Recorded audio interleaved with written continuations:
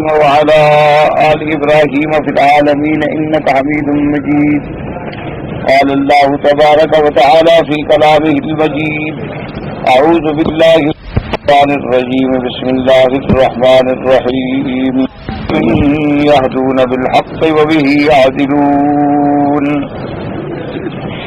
وقطعناهم 12 أسباطا أمما وأوحينا إلى موسى إذ استسقاه قومه أن اضرب بعصاك الحجر فانبجست منه 12 عينا قد علم كل أناس مشربهم وظللنا عليهم الغمام وأنزلنا عليهم المن والسلوى كلوا من طيبات ما رزقناكم وما ظلمونا ولكن كانوا أنفسهم يظلمون. وإذ قيل لهم اسكنوا هذه القرية وكلوا منها حيث شئتم وقولوا حطة وادخلوا الباب سجدا نغفر لكم خطيئاتكم سنزيد المحسنين. فبدل الذين ظلموا منهم قولا غير الذي قيل لهم فأرسلنا عليهم رجزا من السماء بما كانوا يظلمون. اللہ تبارک و تعالی نے سورۃ الاعراف میں ارشاد فرمایا ہے کہ وَمِن قَوْمِ مُوسَىٰ أُمَّةٌ يَهْدُونَ بِالْحَقِّ وَبِهِ يَعْدِلُونَ. اس سے پہلے الحمدللہ اللہ کے قرآن مقدس میں اور سورۃ الاعراف کی ان آیات مبارکہ میں ہم پڑھ رہے ہیں موسیٰ علیہ السلام اور ان کی قوم کے احوال کہ موسیٰ علیہ السلام کی قوم نے کیسے کیسے انقلابات پیدا کیے. سیدنا موسیٰ علیہ السلام کے معجزات عظیمہ کو دیکھنے کے بعد بھی اس قوم نے ہر دفعہ ایک نئی اور عجیب حرکت کی کہ جب اللہ تبارک و تعالی نے فرعون سے نجات دی، اللہ تبارک و تعالی نے اس کے مظالم سے بچایا اور اللہ تبارک و تعالی نے ان کے دشمن فرعون کو اس کی طاقت کے ساتھ دریا میں غرق ان کے سامنے کر دیا، لیکن کچھ عرصے کے بعد وہ فوراً جو تھے عجل میں یعنی بت پرستی میں اور ایک گائے کے بچڑے کو خدا ماننے پہ تیار ہو گئے. اسی طرح جب موسیٰ علیہ السلام کوہ طور پہ تشریف لے گئے، ہارون علیہ السلام کو خلیفہ بنایا، پھر تو بدل گئے. حضرت موسیٰ علیہ السلام نے جب اللہ کی کتاب تورات پیش فرمائی اور بتلایا کہ اللہ نے مجھے شرف کلام بخشا ہے، پھر اکڑ گئے جی اللہ کی ہم بھی کلام سنیں گے. موسیٰ علیہ السلام 70 بندوں کو لے کے اس مقام معین پہ اللہ کے وعدے پہ پہنچے. اللہ تبارک و تعالیٰ نے مخاطب فرمایا، سب نے کلام سن لی لیکن ایمان لانے کے بجائے فوراً کہنے لگے جی ہم نے کلام تو سن لیا ہے لیکن پتہ نہیں نا کون بول رہا ہے، زیارت بھی تو ہونی چاہیے. یعنی یہ ساری کج روی جو تھی نا بنو اسرائیل کی وہ اللہ نے ذکر کیا. اور ان واقعات کو ذکر کرنے کا مقصد یہ ہے کہ اس دور میں جو اہل کتاب تھے یعنی یہود و نصارہ موجود تھے، ان کو تنبیہ ہو، ان کو یہ تحدید ہو کہ دیکھو اللہ کے نبی جن کے پاس پہلے کوئی کتاب نہیں آئی، جو النبی الامی ہیں جنہوں نے کبھی کسی سے پڑھا نہیں، لیکن وہ آپ کو آپ کے نبی سیدنا موسیٰ علیہ السلام اور آپ کی قوم بنو اسرائیل کے بارے میں لمحہ لمحہ کی خبر دے رہے.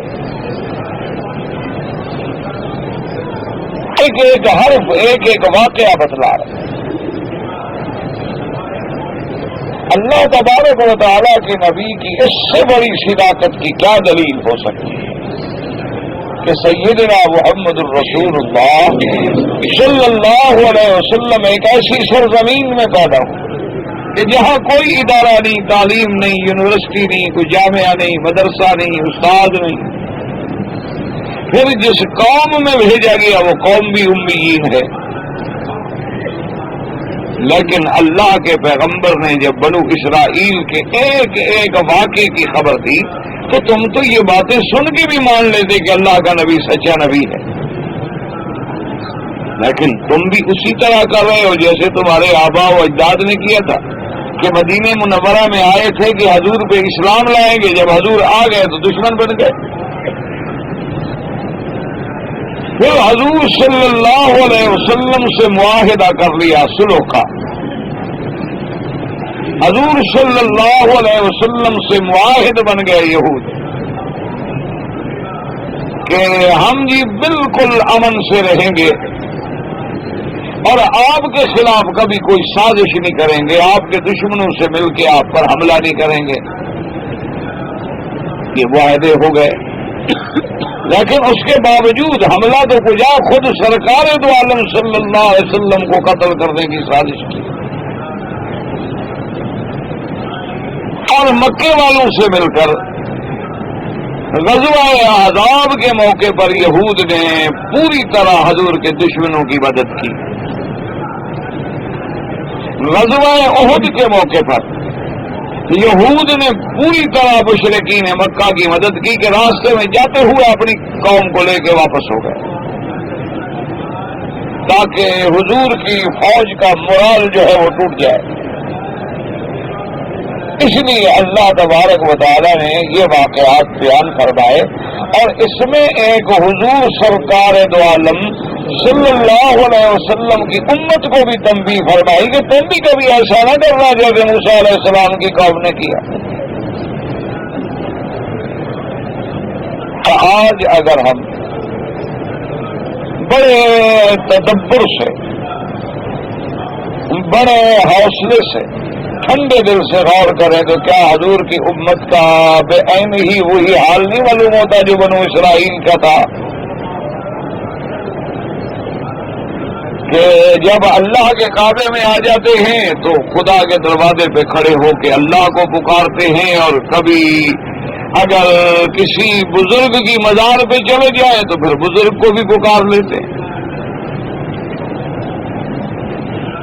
ایک طرف تو دعویٰ کرتے ہیں کہ ہم حضور صلی اللہ علیہ وسلم کے غلام ہیں، آپ کے عاشق ہیں، اور حضور ہمارے محبوب ہیں، اور عمل سارا حضور کے خلاف ہے۔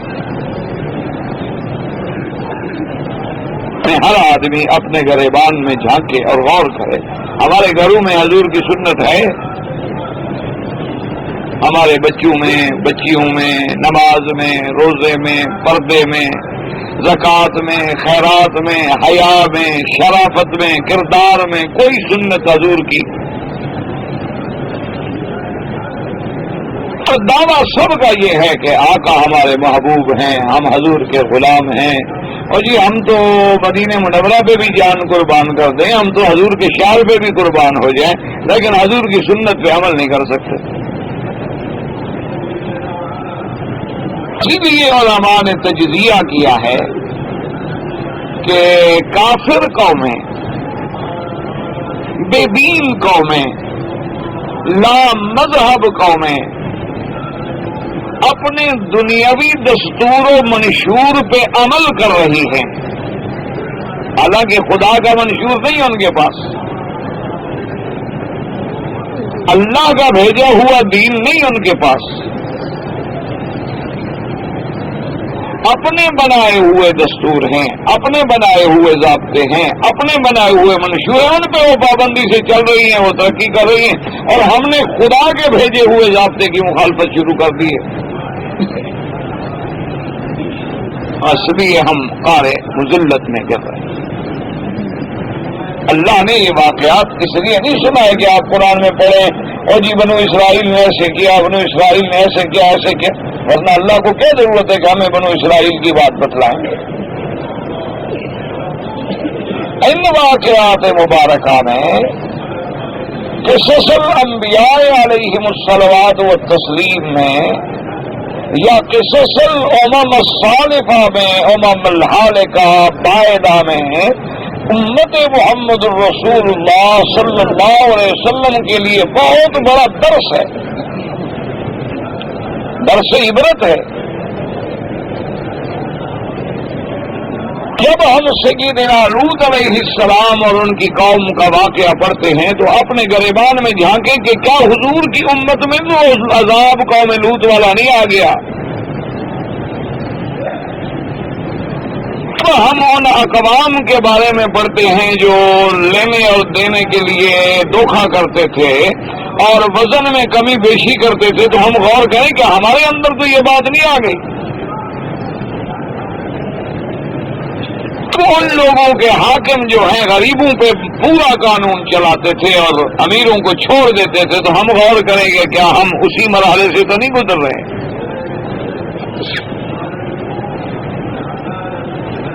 جب ہم ان کے حالات پڑھتے ہیں منافقوں کے کہ ظاہر میں حضور پر ایمان، کلمہ، نماز، مدینہ منورہ میں حاضری اور بالکل حضور کے دائیں بائیں قریب بیٹھنے کی کوشش کرنا، اور اندرون پردہ اسلام کو نقصان، تو کیا آج ہم ان مراحل سے تو نہیں گزر رہے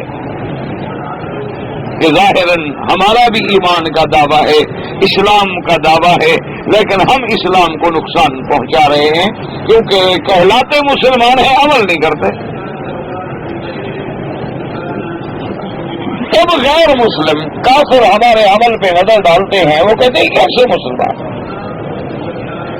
ان کے نزدیک تو شراب حرام ہے، یہ کیسے پیتے ہیں؟ ان کے نزدیک تو منشیات، مخدرات، یہ حشیش، یہ تمام بلائیں حرام ہیں اور یہ سب سے بڑے وپاری ہیں۔ ان کے مذہب میں تو جھوٹ پہ لعنت ہے اور یہ سب سے بڑے جھوٹے ہیں۔ ان کے مذہب میں تو کسی چیز کا ذخیرہ کر کے دوسرے مسلمان کو محروم کر دینا غذا سے حرام ہے، جرم ہے، گناہ ہے، لیکن یہ سب سے بڑے ذخیرہ اندوز ہیں۔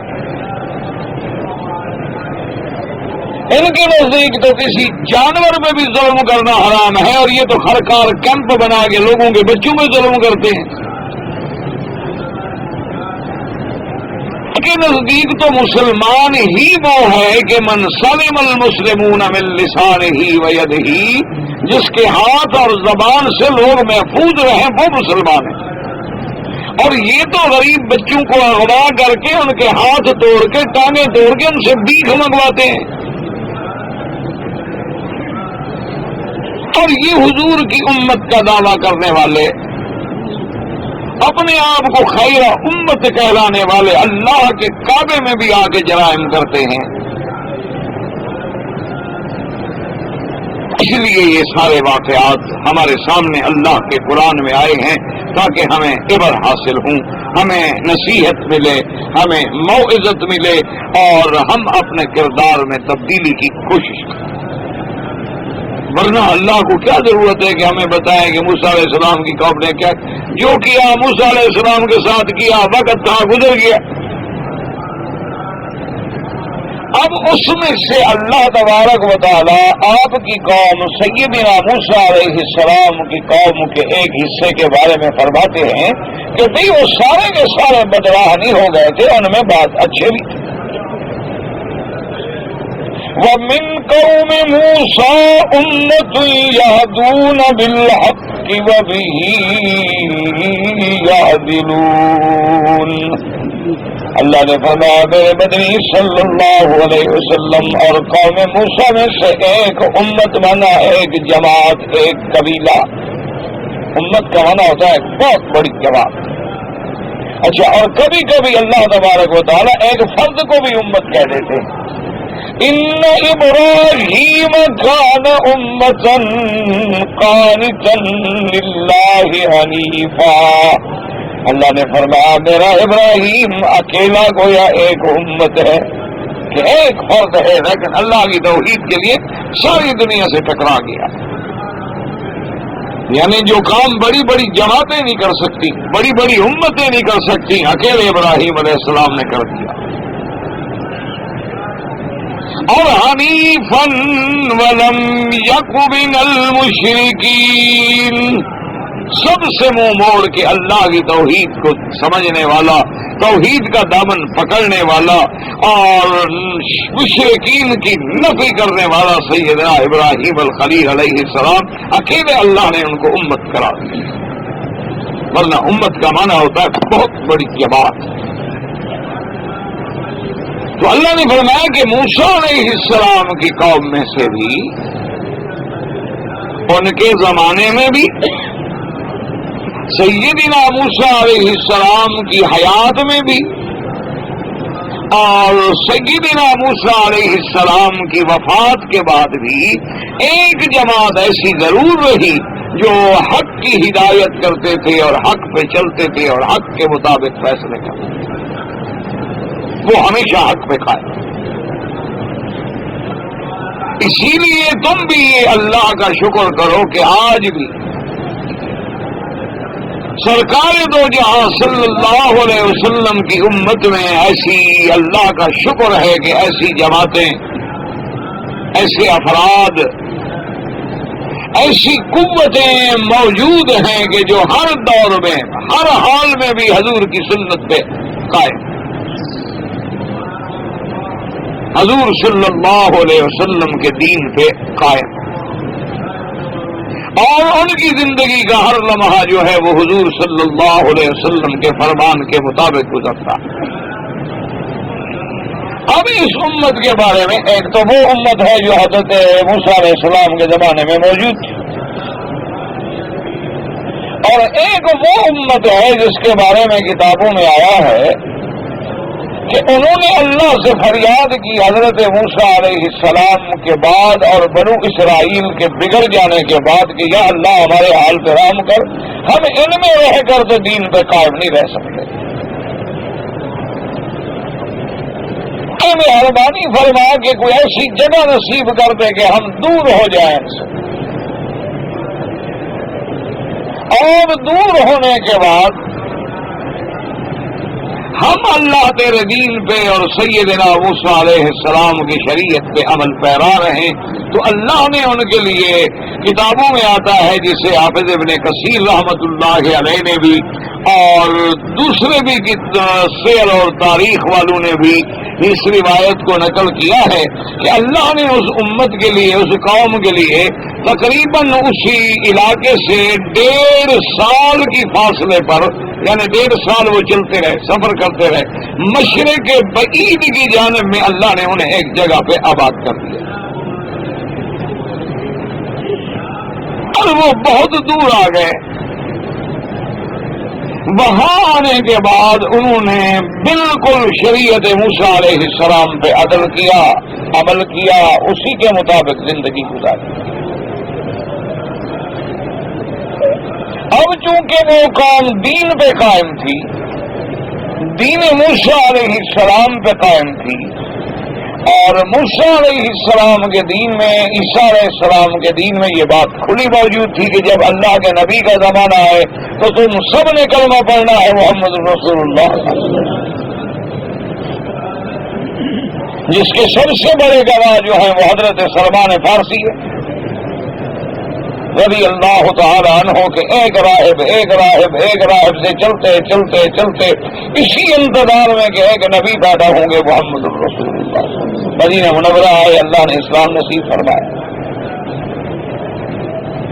تو اللہ تبارک و تعالیٰ نے ان پہ رحم یہ فرمایا کہ جب حضور پاک معراج پہ تشریف لے گئے تو اس دور میں لیلۃ الاسراء والمعراج میں اللہ نے جبریل علیہ السلام کو حکم دیا کہ میرے مدنی پاک کو اسی امت سے گزارو تاکہ وہ امت جو ہے اسلام لے آئے. حضور صلی اللہ علیہ وسلم ان پہ گزرے، اور ان سب نے حضور صلی اللہ علیہ وسلم کی شریعت کو اور دین کو قبول کیا اور حضور صلی اللہ علیہ وسلم کا کلمہ مبارک بھی پڑھ لیا. تو اللہ فرماتے ہیں کہ میرے نبی صلی اللہ علیہ وسلم اس دور میں اس بگڑی ہوئی قوم میں لیکن ایک آدھی جماعت تو ہمیشہ حق پہ رہتی ہے. اللہ پاک کا دین تو رہنا، اس لیے اللہ پاک نے اس آیت میں فرمایا یقول تعالی مخبرا عن بنی اسرائیل. اب اللہ پاک خبر دے رہے ہیں بنو اسرائیل سے، ان منهم طائفة يتبعون الحق ويعدلون به، کہ ان میں سے ایک جماعت ایسی بھی تھی جو حق پہ چلنے والے، حق پہ قائم رہنے والے، حق پہ انصاف کرنے والے. جیسے اللہ نے فرمایا من اہل الکتاب امة قائمة يتلون آیات اللہ آناء اللیل وهم یسجدون. اہل کتاب میں سے ایک ایسی امت ہے اللہ کے دین پہ چلنے والے، اللہ کی کتاب کو پکڑنے والے، اللہ کے لیے راتوں میں عبادت اور سجدے کرنے والے. جیسے اللہ نے فرمایا وَإِن مِّنْ أَهْلِ الْكِتَابِ لَمَن يُؤْمِنُ بِاللَّهِ وَمَا أُنزِلَ إِلَيْكُمْ وما انزل الیہم خاشعین للہ لا یشترون بآیات اللہ ثمنا قلیلا اولئک لهم اجرهم عند ربهم ان اللہ سریع الحساب. اللہ نے فرمایا اہل کتاب میں سے ایسے لوگ بھی ہیں جن کا اللہ پہ صحیح ایمان ہے، اور جو اللہ نے تمہاری طرف اتارا قرآن اس پر بھی ایمان ہے، اور جو اللہ نے ان کی طرف کتاب بھیجی تھی تورات اس پر بھی ایمان ہے، اور اللہ تبارک و تعالیٰ سے ڈرنے والے ہیں. اللہ کی آیات کو بیچنے والے نہیں ہیں کہ تھوڑے بہت فائدے کے لیے اللہ کی آیات کو بیچ ڈالیں. یہی وہ لوگ ہیں جن کا اجر و ثواب ان کے رب کے پاس ہے، اور اللہ تبارک و تعالیٰ بہت جلد حساب فرمانے والے ہیں. اور جیسے فرمایا الذین آتیناہم الکتاب من قبلہ ہم بہ یؤمنون وإذا یتلی علیہم قالوا آمنا بہ انہ الحق من ربنا انا کنا من قبلہ مسلمین اولئک یؤتون اجرہم مرتین بما صبروا. جیسے اللہ نے فرمایا وہ لوگ کیا ہیں جن کو آپ سے پہلے کتاب ملی اور وہ ایمان لائے. فَإِذَا يُتْلَىٰ عَلَيْهِمْ جب ان پہ پڑھی جاتی ہے ہماری کتاب کہتے ہیں آمنا، کہتے ہیں ہم تو پہلے سے ہی الحمدللہ مسلمان ہیں، ہم تو پہلے سے بھی اللہ کی تورات کو ماننے والے. اللہ نے فرمایا یہ لوگ ہیں جن کو ہم دوہرا اجر دیں گے، ایک اپنی شریعت پہ عمل کرنے کا اور ایک شریعت محمد الرسول اللہ صلی اللہ علیہ وسلم پہ عمل کرنے کا. اور اسی طرح اللہ فرماتے ہیں الذین آتیناہم الکتاب یتلونہ حق تلاوتہ اولئک یؤمنون بہ، جو قرآن کو صحیح معنوں میں پڑھتے ہیں. اسی طرح فرمایا ان الذین اوتوا العلم من قبلہ اذا یتلی علیہم یخرون للاذقان سجدا ویقولون سبحان ربنا ان کان وعد ربنا لمفعولا وَيَخِرُّونَ لِلْأَذْقَانِ يَبْكُونَ وَيَزِيدُهُمْ خُشُوعًا. اللہ نے فرمایا وہ لوگ جن کو ہم نے علم دیا ہے وہ جب ان پہ اللہ کے قرآن اللہ کی کتاب کی تلاوت کی جاتی ہے تو وہ اللہ تبارک و تعالیٰ کی بندگی میں سجدوں میں گر جاتے ہیں، اللہ تبارک و تعالیٰ کی پاکی بیان کرتے ہیں، اور ان کا ایمان ہے کہ اللہ کا وعدہ سچا ہے اور وہ ہو کے رہے گا، اور وہ اپنی پریشانیوں پہ گر جاتے ہیں، اللہ کے آگے روتے ہیں، اور یہ چیزیں ان کی اور خوشی و خضوع میں اضافہ کرنے والی ہیں. وقد ذکر ابن جریر رحمہ اللہ تعالی فی تفسیرها خبرا عجیبا فقال حدثنا القاسم قال حدثنا الحسین قال حدثنا حجاج عن ابن جریج قوله تبارک وتعالی ومن قوم موسى أمة يهدون بالحق وبه يعدلون قال بلغني ان بنی اسرائیل لما قتلوا انبیاءهم وكفروا وكانوا 12 سبتا تبرأ سبت منهم مما صنعوا واعتذروا وسألوا الله عز وجل ان يفرق بينهم وبينهم ففتح الله لهم نفقا في الارض فصاروا فيه حتى خرجوا من وراء السين فهم هنالك حنفاء مسلمین یستقبلون قبلتنا. اب مفسر رحمۃ اللہ علیہ فرماتے ہیں کہ ابن جریر رحمۃ اللہ علیہ نے اپنی تفسیر میں ایک عجیب خبر لکھی ہے، یعنی ایک واقعہ ذکر فرمایا جو بہت بڑا عجیب ہے. وہ یہ فرماتے ہیں کہ بنو اسرائیل جب انہوں نے اپنے انبیاء علیہم السلام کو قتل کیا ظلم کر کے، اور کافر ہوئے، انبیاء سے کفر کیا، کفر کے بعد ظلم کیا، قتل بھی کیا. وکانوا اثنی عشر سبطا، وہ 12 قبیلے تھے بڑے بڑے. سبط اسباط یعنی ایک دادے کی اولاد ایک قبیلہ، دوسرے دادے کی اولاد ایک قبیلہ، تیسرے دادے کی اولاد، تو 12 سردار، 12 قبائل تھے بڑے بڑے. ان میں سے ایک قبیلہ ایسا تھا، ایک جماعت ایسی تھی، تبرأ سبط منہم، نے کہا اللہ میاں ہم بری ہیں ان لوگوں نے جو کفر کیا، جو ظلم کیا، جو انبیاء کو قتل کیا. وسأل اللہ عز وجل، اور اللہ سے دعائیں مانگتے رہے کہ یا اللہ مہربانی فرما ہمیں ان سے علیحدہ کر دے، ہم ان کے ساتھ نہیں رہ سکتے ہیں، ہمیں مہربانی فرما کے جدا کر دے. اسی سے یہ مسئلہ بھی سمجھ لیں کہ جس مقام پہ کفر ہو رہا ہے، جس مقام پہ شرک ہو رہا ہے یا گناہوں میں ڈوبے ہوئے ہیں، تو مسلمانوں کو چاہیے کہ ان کو روکیں، اگر نہ روکیں تو علیحدہ ہو جائیں. کفر سے برات بھی ضروری ہے، صرف یہ نہیں کہ آپ مسلمان ہونے کا اقرار کریں، بلکہ کفر سے برات بھی کریں، شرک سے برات بھی کریں، اور مشرکین و کافرین سے اپنے آپ کو الگ کر لیں. کیونکہ اگر بندہ ان میں رہے گا، اللہ تبارک و تعالیٰ معاف فرمائے، تو پھر انہی جیسا معاملہ کیا جائے گا. اسی لیے علماء کا یہ فتویٰ ہے کہ کوئی آدمی بھی بلاد کفر کا بلا ضرورت سفر نہ کرے، یعنی کسی کافر ملک میں آپ بغیر ضرورت کے، ہاں کوئی ضرورت ہے، تعلیم ہے، تجارت ہے، مجبوری ہے، یا اللہ کے دین کی دعوت کے لیے جانا ہے تو الگ بات ہے، ورنہ بلاد کفر میں رہنا یا بلاد کفر کی طرف سفر کرنا جو ہے بغیر ضرورت کو علماء نے منع فرمایا ہے. کیونکہ جب آدمی اللہ معاف کرے کفر کے اندر رہتا ہے تو اس کے اثرات تو لازمی بات ہے نہ اس پہ آتے ہیں. الا قلیلا من عبادی الشکور، بہت کم لوگ ہوتے ہیں جو کافروں کے اندر رہ کر بھی اپنے دین پہ قائم رہتے ہیں، ورنہ لازمی بات ہے کہ رنگ تو چڑھتا ہے نا خربوزے کا خربوزے پہ. اس لیے انہوں نے دعا مانگی کہ اللہ ہمیں علیحدہ کر. اللہ نے زمین میں ان کے لیے جو سرنگ کھول دی، وہ اسی میں چلتے رہے. کہتے کہ خرجوا من وراء السین، سین کے پیچھے یعنی سین ملک کے بعد وہاں جا کے وہ نکلے، اور اس کے بعد انہوں نے وہاں زندگی گزاری اور عین اسلام کے مطابق زندگی گزاری. اور اس کے بعد پھر ان کو اللہ نے یہ دین اسلام نصیب کیا تو یستقبلون قبلتنا، وہ بھی ہمارے قبلے کی طرف رخ کر کے نمازیں پڑھتے تھے. قال ابن جریج قال ابن عباس وذلك قوله تبارك وتعالى وقلنا من بعده لبني اسرائيل اسكنوا الارض فاذا جاء وعد الاخرة جئنا بكم لفيفا.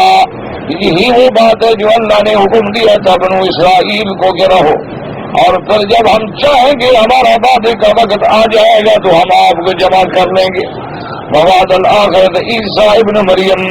قال ابن جریج قال ابن عباس صاروا فی السراب سنة ونصفا. حضرت ابن عباس رضی اللہ تعالیٰ عنہ فرماتی ہیں کہ وہ اس نفق میں سرنگ میں تقریباً 1.5 سال تک چلتے رہے اور اس کے بعد پہنچے. وقال ابن عیینۃ سبقت بالحزیر عن السدی ومن قوم موسیٰ امۃ یهدون بالحق وبه یعدلون. قال قوم بینکم وبینہم نہر من شہد. اور ایک قول یہ بھی ہے کہ جس علاقے میں وہ جا کے رہے ان کے اور باقی لوگوں کے درمیان میں ایک نہر ہے جس میں شہد ہے، شہد بہتی ہے. اب اللہ تبارک و تعالیٰ پھر بنو اسرائیل کے احوال سابقہ کا ذکر فرماتے ہیں. وَقَطَّعْنَاهُمُ اثْنَتَيْ عَشَرَةَ أَسْبَاطًا أُمَمًا وَأَوْحَيْنَا إِلَى مُوسَىٰ إِذِ اسْتَسْقَاهُ قَوْمُهُ أَنِ اضْرِب بِعَصَاكَ الْحَجَرَ فانبجست منه اثنتا عشرة عينا قد علم كل أناس مشربهم. ویسے یاد رکھیں گے یہ آیت جو ہے ہم سورۃ البقرہ میں پڑھ چکے ہیں، بڑی تفصیل کے ساتھ ان آیات مبارکہ میں بحث ہو سکتی ہے. اللہ فرماتی ہے وَقَطَّعْنَاهُمْ، ہم نے ان کو تقسیم کر دیا، اثنتئی عشرۃ سبطا، 12 قبیلوں میں. اس لیے علماء نے لکھا ہے کہ کسی امت کا اکٹھے رہنا، مل کے رہنا، ایک ملک میں رہنا، یہ بھی اللہ کی بڑی نعمتوں میں ہے.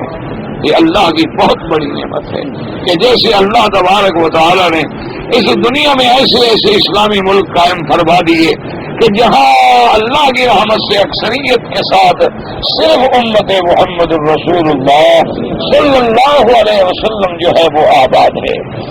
لیکن بنو اسرائیل نے جب اللہ کے احکام کو توڑا، ایک سزا تو ان کو یہ ملی کہ 12 قبیلے تھے نا تو ٹکڑے ٹکڑے کر دیا اللہ نے، کوئی کدھر گیا کوئی کدھر گیا کوئی کدھر گیا. اور آج بھی تاریخ اٹھا کے دیکھ لیں کہ پوری دنیا میں یہودی بکھر گئے.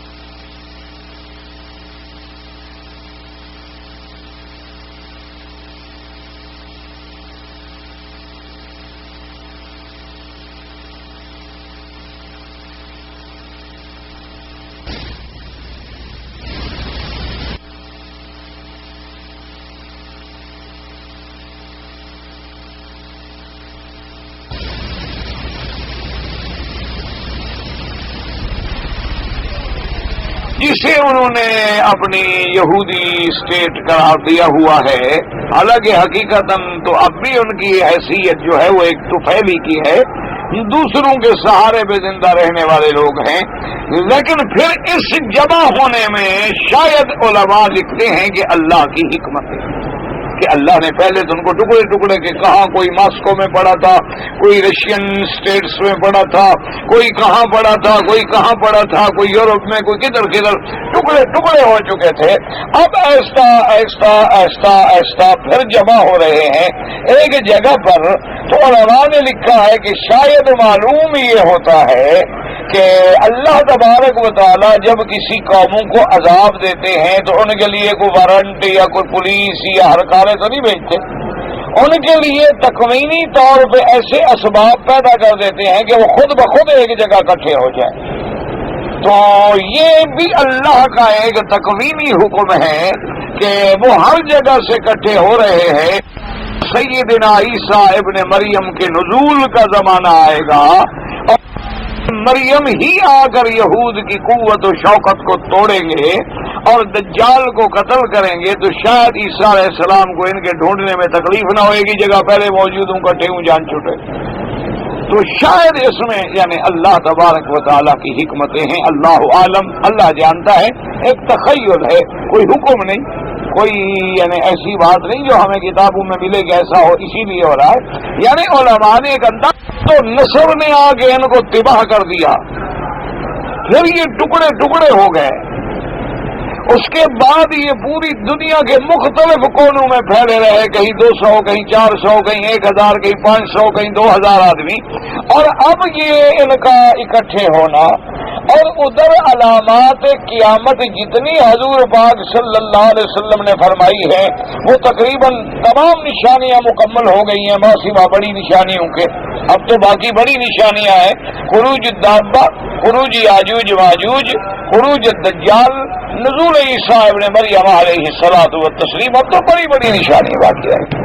باقی چھوٹی علامتیں جتنی ہیں وہ ساری کی ساری پوری ہو گئی ہیں، تو شاید اللہ ان کو اسی لیے جمع کر رہے ہیں.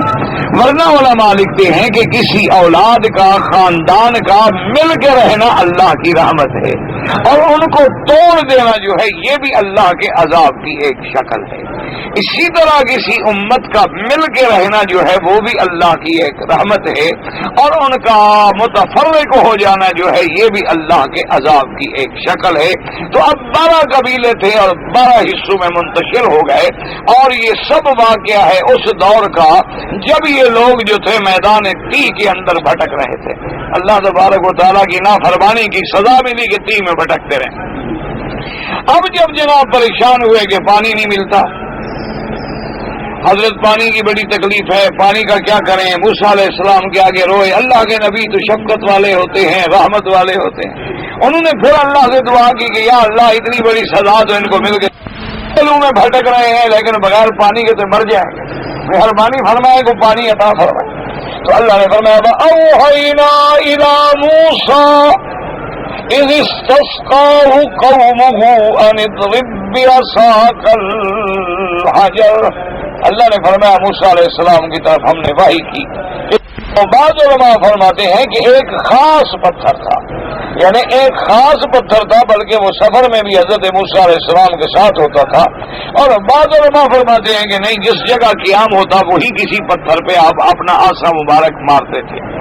لیکن زیادہ راجح قول مبارک یہی ہے کہ وہ ایک خاص پتھر تھا جس کو اللہ تبارک و تعالیٰ نے موسیٰ علیہ السلام کی قوم کے لیے ذریعہ بنایا اور آپ کا معجزہ بنایا. اللہ نے حکم دیا کہ آپ اپنا عصا جو ہے اس پتھر پہ مارے. تو حضرت موسیٰ علیہ السلام نے جب عصا مارا فانبجست منہ اثنتا عشرۃ عینا، اس سے 12 چشمے، خدا کی قدرت دیکھو، 12 قبیلے تھے تو ہر طرف سے چشمے جو تھے الگ الگ 12 چشمے بہ نکلے، تاکہ پھر قبائل جو ہے پانی پہ بھی نہ لڑیں اور اپنے اپنے چشمے سے. اور ہر جو ان کا بندہ تھا اس نے دیکھ لیا کہ یہ تمہارے قبیلے کا، جب یہ تمہارے قبیلے کا، یہ تمہارے قبیلے. اب جب پانی مل گیا تو کہنے لگے موسیٰ علیہ السلام پانی تو شکر ہے مل گیا، ہم بچ گئے، لیکن صحرا ہے اور دھوپ ہے، درخت تو ہے کوئی نہیں، اور ہم دھوپ میں جل رہے ہیں، مر رہے ہیں، ہمارے حال پہ مہربانی کرو، اللہ سے دعا مانگ. وَظَلَّلْنَا عَلَيْهِمُ الْغَمَامَ وَأَنزَلْنَا عَلَيْهِمُ الْمَنَّ وَالسَّلْوَىٰ. اللہ نے فرمایا کہ ہم نے ان پہ انعام کیا. سیدنا موسیٰ علیہ السلام کی دعا ہم نے قبول کی اور ہم نے بادلوں کا سایہ کر دیا کہ ہمیشہ بادل ان کے سروں پہ رہے اور وہ ایک خوشگوار موسم میں آ جائیں. اور پھر ہم نے ان کے لیے من و سلوہ بھی اتارا. بعض علماء کہتے ہیں یہ بٹیر تھا اور ترنجبین قسم کی چیز تھی، لیکن حقیقت یہ ہے کہ اللہ عالم، کیونکہ وہ جنت کی چیز تھی، وہ جنت کی نعمتیں تھیں، اور جنت کی نعمتوں کو کوئی آدمی سمجھ نہیں سکتا، کوئی آدمی جان نہیں سکتا. اسی لیے حدیث مبارک میں آتا ہے کہ جنت کی نعمتوں کو جو اللہ نے ذکر فرمایا ہے کہ انگور ہوں گے یا انار ہوں گے یا فواکہ ہوں گے، تو حضور نے فرمایا کہ یہ تو صرف نام ہے، ورنہ کہاں جنت کے فواکہ اور کہاں دنیا کے فواکہ، ان کا آپس میں تو کوئی جوڑ ہی نہیں، کوئی مثال ہی نہیں. بات تو یہ کہ نام تو انگور ہوگا لیکن دنیا کا انگور الگ ہے اور جنت کا انگور الگ ہے. نام تو اس کا بھی شہد ہوگا لیکن دنیا کی شہد الگ ہے اور جنت کی شہد الگ ہے.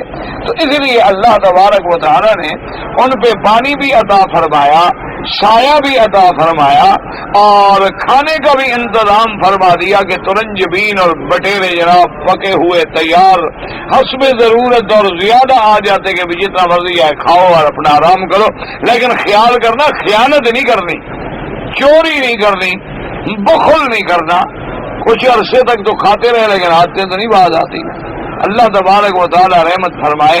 اللہ تبارک و تعالی عادات بد سے بچائے تو پھر اسی اپنی عادت پہ آ گئے، کچھ عرصہ تو چھپانے لگ گئے، اور بعد نے مطالبہ شروع کر دیا کہ موسیٰ علیہ السلام یہ روزانہ ہم بٹیر کے گوشت کھا کھا کے تنگ آ گئے، ہم بالکل تنگ آ گئے ہیں۔ اسی لیے آج کل بھی آپ دیکھیں نا، آپ کے جو بڑے آدمی ہیں کسی جگہ جائیں نا جی تو باقاعدہ فرمائش کرتے ہیں، جیسے بنو اسرائیل نے فرمائش کی تھی نا، اور جی مرغیاں گوشت کھا کھا کے تنگ آ گئے، دال شال بنوائیں۔ یہ وہی بنو اسرائیل کی طلب ہے، انہوں نے بھی یہی کہا تھا کہ حضرت موسیٰ علیہ السلام ہم تنگ آ گئے، مہربانی کرو اب تو ہمیں کسی شہر میں لے جائیں، اللہ سے اجازت لیں، وہاں کاشت کریں گے، سبزیاں ہوں گی، بصل ہوں گے، تھوم ہوں گے، دالیں ہوں گی، اپنی مرضی سے پکائیں گے، اپنی مرضی سے کھائیں گے، کوئی اس سے چٹخارا لیں گے۔ تو یہ ایک چیز اور ایک خوراک ہمیں رات دن جو مل رہی ہے، تو اس سے وہاں ہم تنگ آ گئے ہیں۔ یہ ہوتی ہے ناشکری اللہ کی نعمتوں، اللہ تبارک و تعالیٰ کی نعمتوں کی ناشکری کرنا۔ یہ میں مذاق نہیں کر رہا، آج آپ یعنی بڑے بڑے دنیا کے بڑے بڑے جو 5 سٹار 7 سٹار ہوٹل ہیں نا، ان میں جائیں تو دال کا سوپ باقاعدہ بڑے شوق سے دیتے ہیں کہ جی یہ دال سے بنایا گیا ہے۔ وہ اللہ کے بندے، ان کا یہ عذاب سے تو ہم جان چھڑا گیا ہے، پڑھتے تھے ساری زندگی تو دال کھاتے رہے۔ وہی جب مدرسوں میں پڑھتے تھے تو کون سے ہمارے پاس گوشت ہوتے تھے، وہ مانگے ٹانگے کی روٹیاں ہوتی تھی، کوئی کسی بستی کی، کوئی کسی بستی کی، کہیں سے دال، کہیں سے ساگ، کہیں سے سبزی، کہیں سے گوشت، اور گوشت بھی بڑے جانور کا، گائے کا، اونٹ کا، بکری کا گوشت، تصور بھی نہیں تھا۔ چینی کی چائے کا تو سوچا ہی نہیں تھے جب ہم طالب علم تھے، گڑ کی چائے بنتی تھی، شکل دیکھ کے بھی ایسے معلوم ہوتا تھا کہ جیسے کوئی دریائے راوی کا پانی ہو، اور بڑے شوق سے پیتے تھے، چونکہ اس وقت یہ بھی ایک نعمت تھی نا حضرت، یہ بھی ایک نعمت تھی نا جو ہمیں مل جاتی تھی۔ اور صبح کے ناشتے میں ہمارے لیے جو جناب کارن فلیکس قسم کی چیزیں ہوتی ہیں، رات کی روٹی سوکھی ہوئی بچی ہوئی، وہ چھپا کے رکھ دیتے تھے، اس کو صبح گرم کیا اور اسی کو چائے میں ڈبو کے 2-4 نوالے کھا لیے۔ لیکن اللہ کا شکر ہے کہ اس وقت جو لوگ بھی پڑھتے تھے وہ عالم بنے، اور جس دن سے ہم نے جناب طلباء کے لیے اہتمام کیا ہے نا جی کہ ہر کسی کے لیے بیڈ الگ ہو اور میس ہو، اور کھانا باقاعدہ جناب میس میں آ کے کھائیں، اور ڈشز ہوں اور ان کا مینو ہو، اللہ کا شکر ہے ایک بھی عالم نہیں بنتا۔ ہزاروں مدرسے ہیں، ہزاروں طالب ہر سال نکلتے ہیں ڈگریاں لے کے، عالم ایک بھی نہیں ہوتا۔ بس ڈگری ہو گئی، پگڑی باندھ دی، سبحان اللہ، نکلے، اس کے بعد کسی کا گلا اچھا ہوا تو مقرر بن گیا، کوئی آدمی زیادہ سے زیادہ امام بن گیا۔ اور دوسری جو ہماری برادری ہے نا، ان کے لیے تو بڑا آسان ہے، اس کو تو 2-3 نعتیں آ جائیں، میلاد پڑھنا آ جائے، بس باقی بات کی ضرورت ہی نہیں، چاہے استنجے کا مسئلہ بھی نہ آتا ان کا تو بہت مزیدار کام ہے، ان کے ہاں تو کسی مسئلے کی ضرورت آپ کو ہے ہی نہیں، ان کے ہاں تو دین اسی کا نام ہے کہ نعت اچھی پڑھتا ہو، بال شال خوبصورت ہو، پگڑی باندھ کے ایک پگڑی گلے میں ہو، ایک پگڑی سر پہ ہو، ایک اس کے اوپر ہو پگڑی، اور جناب اس کے بعد یہ ہے کہ بھئی نعت اچھی پڑھ لے، میلاد کرنا جانتا ہو، عرس شریف ختم صغیر ختم کبیر، یہ 3 چیزیں پڑھا لو، مردے کو نہلانا جانتا ہو، قبر پہ کھڑے ہو کے اذان دینا جانتا ہو، اس کے بعد خیمہ لگا کے بڑا آدمی ہو تو قرآن کا ختم پڑھتا رہے بیٹھ کے، بس ان کے لیے تو کوئی مسئلہ ہے ہی نہیں۔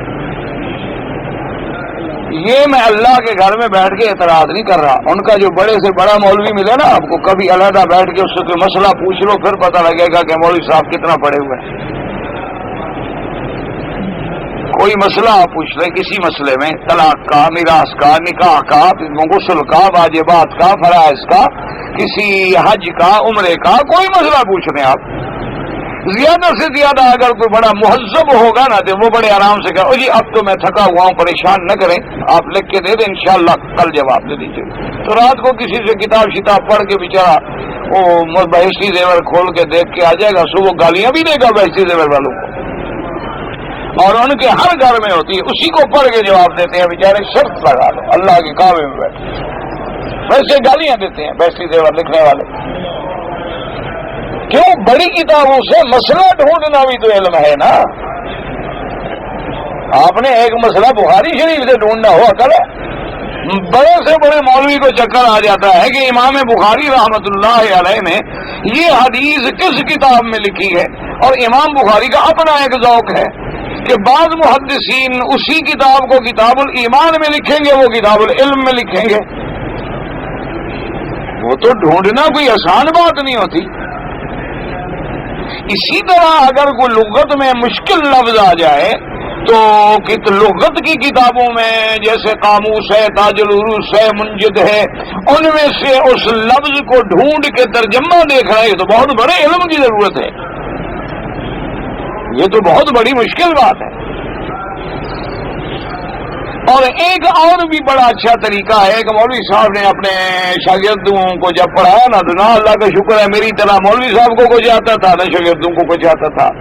جب شاگرد فارغ ہو گئے تو انہوں نے کہا کہ حضرت اب ہم جہاں جائیں گے تو مولوی بن کے لوگ مسئلہ پوچھیں تو کیا، انہوں نے کہا بس یہ کہہ دیا کرو کہ اس مسئلے میں اختلاف ہے۔ ہر مسئلے میں اختلاف تو ہوتا ہے نا۔ اب جناب وہ بیچارے یہی بات سیکھ کے آ گئے، جو بھی بندہ پوچھے کہ جناب یہ وضو جو ہے اس میں پہلے ہاتھ دھونے چاہیے یا پاؤں، کہیں اختلاف ہے، اختلاف تو ہے۔ لوگ کہیں یار بڑا پڑھا لکھا آدمی ہے ماشاءاللہ، اس کو تو سارے اختلافات کا بھی پتہ ہے۔ ایک دن ایک آدمی آیا، اس نے کہا جی خدا ایک ہے کہ دو، کہتا ہے اس میں بھی اختلاف، تو علم کھل گیا۔ انا للہ و انا الیہ راجعون، بس دعا کریں اللہ ہمارے حال پہ رحم۔ وجہ کیا ہے؟ یاد رکھو کہ جن مدارس میں سود کے تاجر پیسہ دیں گے یا سود کے بینکاروں کا پیسہ آ کے طالب کے اندر حرام جائے گا، محمد مدنی کی حدیث کبھی نہیں سمجھی۔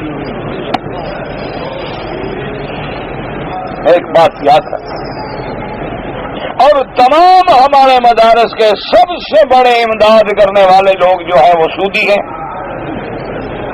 سب سے بڑے امداد کرنے والے لوگ کون ہوتے ہیں؟ بڑے بڑے اسمگلر، بڑے بڑے ڈاکو، بڑے بڑے چور۔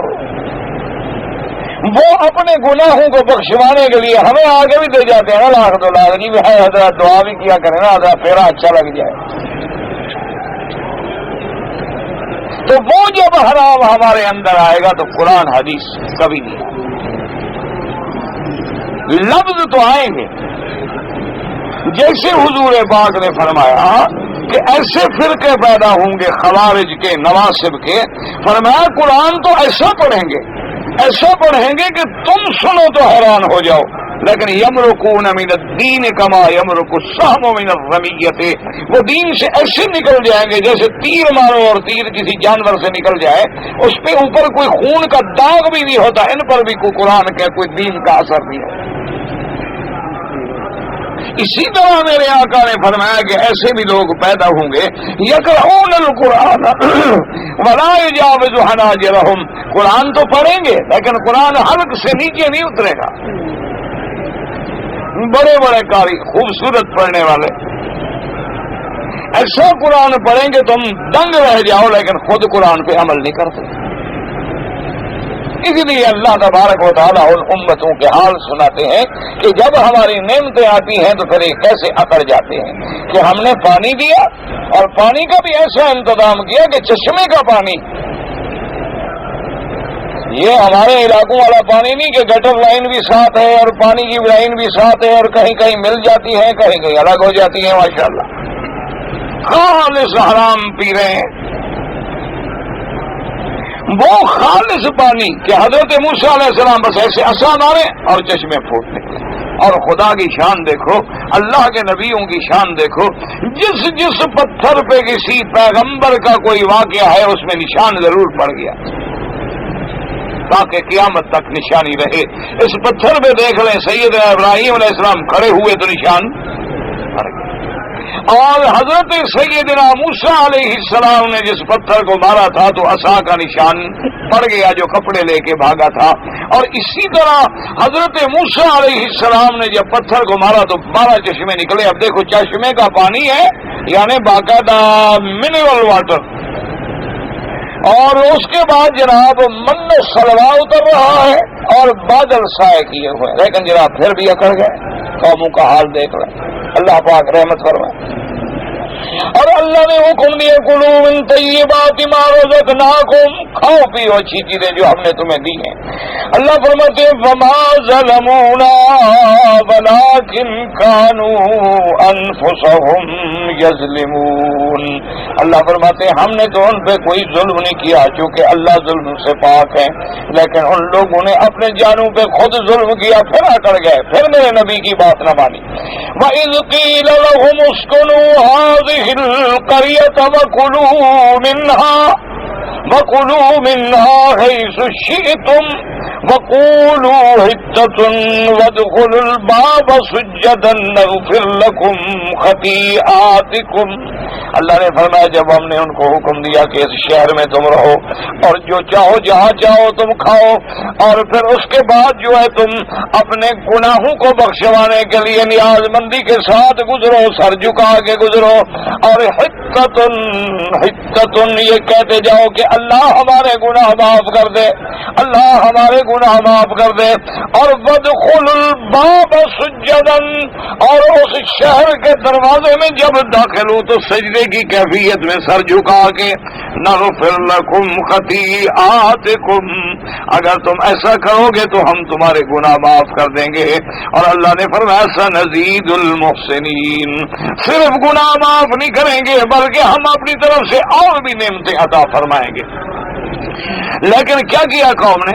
فبدل الذین ظلموا منہم قولا غیر الذی قیل لہم، لیکن ان قوموں نے جنہوں نے اپنے اوپر ظلم کیا تھا انہوں نے وہ لفظ بدل ڈالے، بجائے سجدہ کرنے کے یوں چلنے لگے، اور بجائے حتتن کہنے لگے حنتتن حبتن فی شارتن، یعنی اللہ تبارک و تعالی سے بجائے معافی مانگ کے نعوذ باللہ استہزاء کرنے لگے۔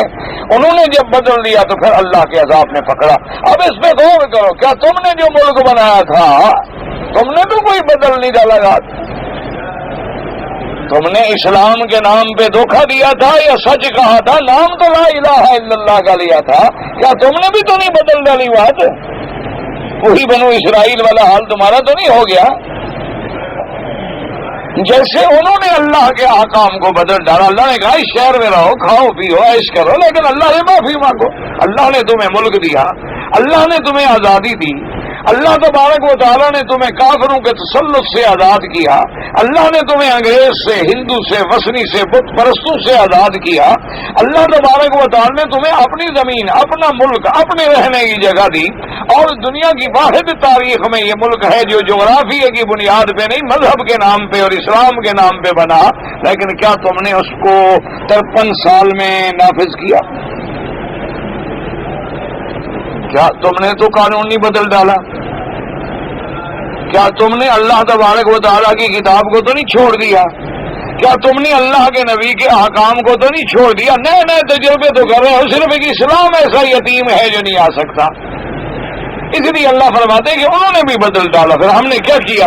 فَأَرْسَلْنَا عَلَيْهِمْ رِجْزًا مِّنَ السَّمَاءِ بِمَا كَانُوا يَظْلِمُونَ، پھر انہوں نے جو ظلم کیا، جو کفر کیا، جو استہزاء کے، پھر ہم نے ان پر آسمانوں سے عذاب اتارا۔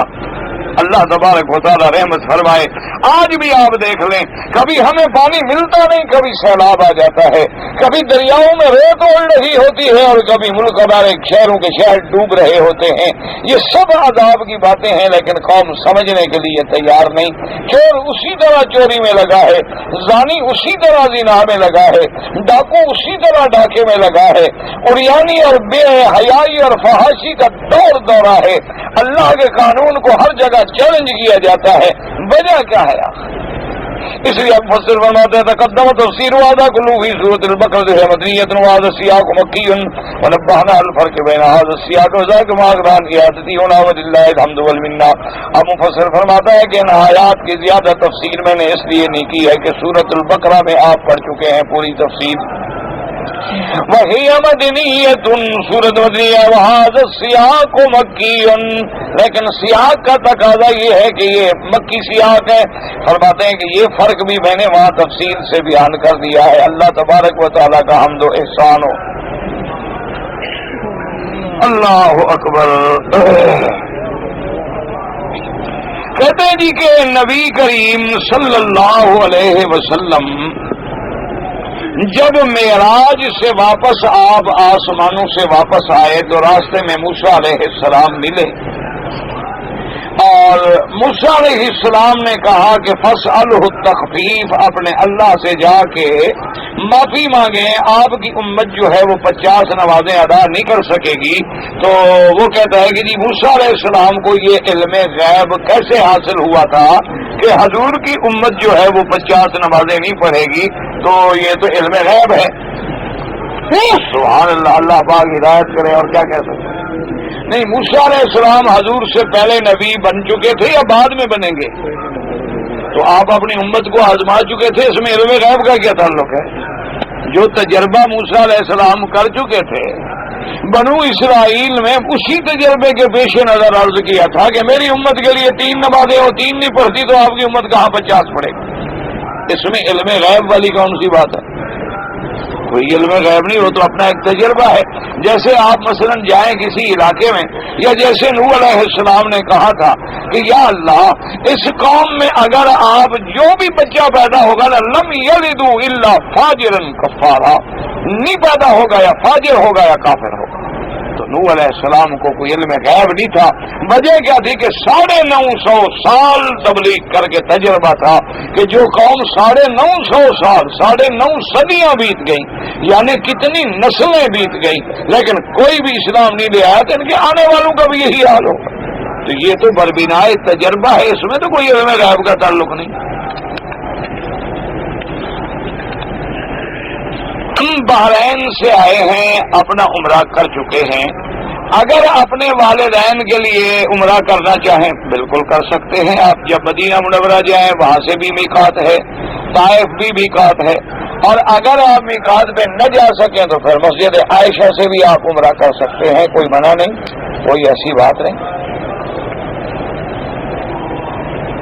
اپنے احرام کے نیچے شلوار پہنی تو میرے بھائی احرام میں سلا ہوا کپڑا استعمال کرنا جو ہے وہ ناجائز ہے. اگر آپ نے بھول کے پہنی 2-3 گھنٹے کے بعد، آدھے گھنٹے کے بعد اتار دی، کوئی بات نہیں، کوئی مسئلہ نہیں، 1-2 ریال صدقہ و خیرات کر دیں. لیکن اگر آپ نے سارے احرام میں پہنے رکھی یا آپ نے آمدن پہنے رکھی تو چونکہ حالت احرام میں آپ نے سلا ہوا کپڑا استعمال کیا ہے تو ایک بکری بطور دم ادا کریں، مکے میں ذبح ہو اور مکے کے غریبوں کو کھلائی جائے. اور ایک آدمی عمرہ کرنے کے لیے آئے اور پھر اپنے والدین کے لیے، اقارب کے لیے عمرہ طواف، کوئی مسئلہ نہیں ہے، کر سکتا ہے والدین کے لیے. ایک آدمی کو پتا ہے کہ اس نے نعوذ باللہ زنا کیا، لیکن اگر وہ دل سے توبہ کر لے، دیکھو یاد رکھو توبہ ایک ایسی نعمت ہے کہ بڑے سے بڑا گناہ، مشرک ہے، کافر ہے، زنا ہے، شرابی ہے، جب بھی سچے دل سے توبہ کرے، التائب من الذنب کمن لا ذنب له، حضور نے فرمایا کہ توبہ کرنے کے بعد یوں سمجھو کہ اس نے گناہ کیا ہی نہیں. اللہ کہتے ہیں مٹا دو اس کو، نامہ عمل میں بھی نہ لکھو. ایک تو یہ ہے نا کہ جی لکھ دو، آگے معافی لکھ دو، ایک ہے کہ بالکل ختم کر دو. تو توبہ کا دروازہ کھلا ہوا ہے، بڑے سے بڑا گناہگار بھی ہو، لیکن یاد رکھو توبہ کے لیے شرائط ہے. اس میں پہلی شرط تو یہ ہے کہ گناہ کرنے کے بعد اس کو ندامت محسوس ہو کہ میں نے غلطی کی، میں نے برا کام. دوسری شرط یہ ہے کہ اس گناہ کو فوراً چھوڑ دے. اور تیسری شرط یہ ہے کہ وہ گناہ پھر کبھی نہ کرے. یہ ہوتی ہے توبہ. یہ توبہ نہیں ہوتی کہ زبان سے توبہ توبہ کر دیا اور جا کے پھر گناہ کر دیا. یہ توبہ نہیں، بلکہ یہ تو استہزاء ہے اور اللہ کے عذاب کو دعوت دینے والی بات. توبہ کا معنی یہ ہوتا ہے کہ جب چھوڑا ہے تو بس چھوڑ دیا. ہاں بندہ ہے، اس نے اپنی طرف سے ہر ممکن چھوڑ دیا، لیکن خدا نہ کرے پھر بھی کبھی غلطی ہو گئی تو پھر بھی توبہ کا دروازہ بند نہیں ہوا. توبہ کا دروازہ اس دن بند ہوگا اذا طلعت الشمس من مغربها، جب سورج مشرق کے بجائے مغرب سے نکلے گا. یا بندہ جب مرنے پہ آئے اور گڑگڑا میں پہنچ جائے. کیا مانا؟ جب پانی ڈالو تو پانی کر کے باہر نکلا، اندر نہیں جا رہا، تو اب مانا یہ ہے کہ اب اس کی توبہ کی قبولیت کا وقت ختم ہو گیا. اس لیے ورنہ زندگی میں جب چاہیں توبہ کریں، بلکہ توبہ کرنے والا بندہ اللہ کو بڑا پسند ہے، اللہ کو بڑا محبوب ہے.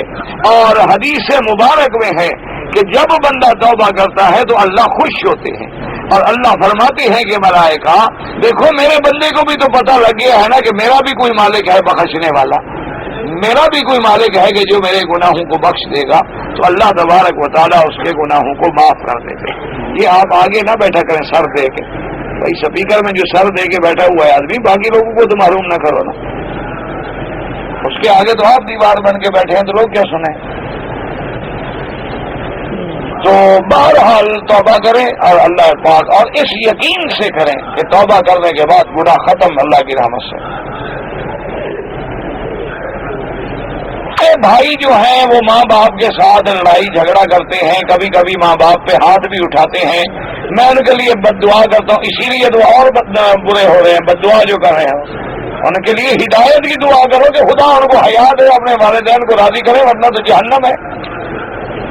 جو اولاد والدین پہ ہاتھ اٹھا لے یا والدین کی نافرمان ہو، اللہ معاف فرمائے، تو قبر حشر کا عذاب تیار ہے. اللہ بچائے، اللہ پاک ہر بندے کو اپنے والدین کا فرما بردار بنائے. چھوٹی سی غلطی مجھ سے ہو گئی ہے، کوئی حل بتائیں. عمرے کی نیت کی، طواف ختم کیا، گھر چلے گئے، صفا مروا نہیں تھا، چھوٹی سی غلطی ہے، تو باقی کیا ہے آپ نے؟ اچھا طواف کر لیا ہے، صفا مروا نہیں دوڑے، ابھی احرام میں ہیں آپ تو کوئی حرج نہیں، ابھی صفا مروا دوڑ لیں اور بال کٹا لیں، کوئی جرمانہ نہیں. لیکن طواف کر لینے کے بعد گھر چلے گئے، کپڑے پہن لیے، اور اس کے بعد صفا مروا دوڑے ہی نہیں ہیں، تو اب جناب یہ ہے کہ دم بھی ادا کریں اور بال بھی کٹائیں اور ساری چیز دوبارہ کریں، یا عمرہ دوبارہ کر لیں تو بچ جائیں گے. عورت غفلت نہ کریں. عمرہ کرنے کے بعد بال نہیں کٹوائے، اپنی بغل کے بال کاٹنے شروع کر دیے. اگر دونوں بغلیں صاف کر لی تو دم پڑ گئی. ایک بکری دم ادا کرو اور بال بھی کٹواؤ. جب تک بال نہیں کٹواؤ گے آپ احرام میں ہیں، احرام سے نہیں نکلے. کپڑے اتار دینے سے آدمی احرام سے نہیں نکلتا جب تک بال نہ کٹوائے. کوئی آدمی بچپن سے اپنے زیر ناف بالوں کی صفائی کرتا ہے تو بچپن کیا ہوا؟ جب بال آ گئے تو آپ بالغ ہو گئے، ابھی بھی بچپن ہے آپ کا تو کرتا ہے تو اس کرنی چاہیے، سنت ہے. حضور کو گواہ بنایا گیا امت پر. حضور کو امت کے بارے میں معلوم نہ ہو تو کیسے گواہی دیں گے؟ اللہ علم عطا فرما دیں گے، کیسے گواہی دیں گے؟ اللہ پاک علم عطا فرما دیں. تم نے جو ساری زندگی میں گناہ کیے ہیں، قیامت میں تمہیں بھی تو پتہ لگ جائے گا کہ نہیں لگے گا؟ تو جب تمہیں ساری زندگی کے اعمال جو تم نے کیے ہیں سارے مل جائیں گے تو اللہ کے نبی کو بھی دے دیں، تبھی وہ گواہی دیں.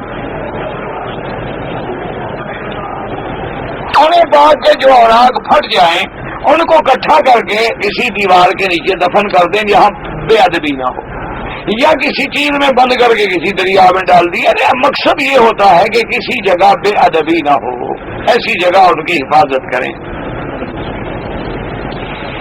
میرا دل جو ہے وہ ذکر کرتا تھا، اب چھوڑ گیا ہے، تو اللہ سے دعا کرو. اور مجھے تو کچھ پتا نہیں، میرا تو اپنے دل کا پتہ نہیں، تمہارے دل کا میں کیسے بتا دوں؟